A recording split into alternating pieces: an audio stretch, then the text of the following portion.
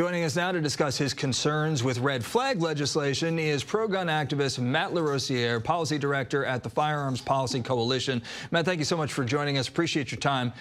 Senators Graham. Yeah, great to see you. Good to see you, too. Senators Graham and Blumenthal are both pushing legislation jointly that would lead to red flag laws to, in essence, take guns away from people believed to be dangerous to themselves or others. Why is the FPC opposed to this? Well, what this is really about is about due process and the fundamental notion that you are innocent until proven guilty in this country. There's almost never easy answers when it comes to hard public policy like this. And red flag laws are being passed off as an easy answer when in reality there are going to be huge consequences for our communities, for our system of law, and otherwise. All right, so listen, you just mentioned due process.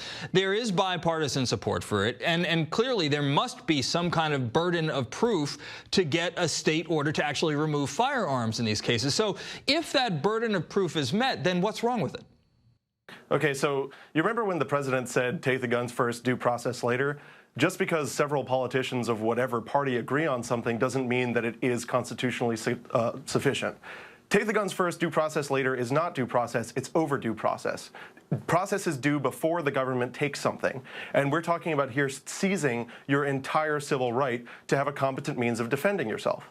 At the very minimum, I'm not saying this is good policy, but at the very minimum to be constitutionally sufficient, before an order is issued, there needs to be an emergency hearing where the person is brought before the court and provided a lawyer so that the state can prove their case. Doing it all in secret and issuing the order behind the person's back ex parte, which is what all of these proposals are aiming to do, is not due process, it's not good policy, and it's especially bad for the already strained relationship we have between police and our communities. We don't need one more piece in the social terrorist toolkit, right? We've already seen swatting on the rise, we've already seen people die to swatting. Do we really need to add another reason for poorly trained and heavily armed SWAT teams to be showing up unannounced to people's doors? I don't think so.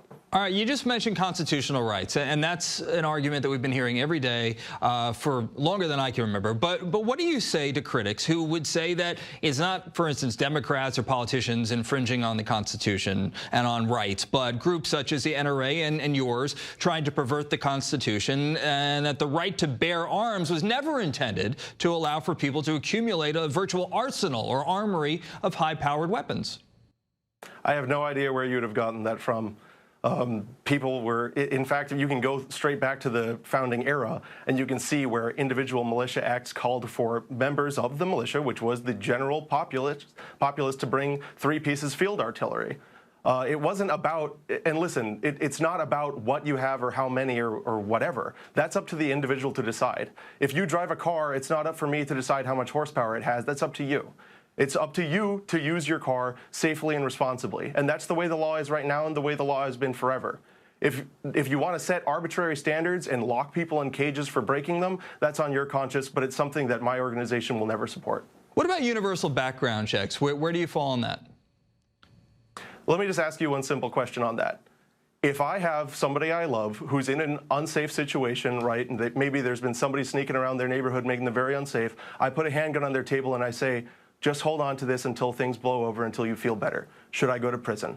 If the answer is no, you might see what I see about universal background checks. They have a lot of unforeseen consequences that are, again, going to have ripple effects throughout our communities. And also, would it stop these shootings? No. These people passed a background check. They bought through a federally licensed dealer anyway. Making it criminal for me to leave a gun with somebody who I trust and love in a dangerous situation is not going to solve our problems.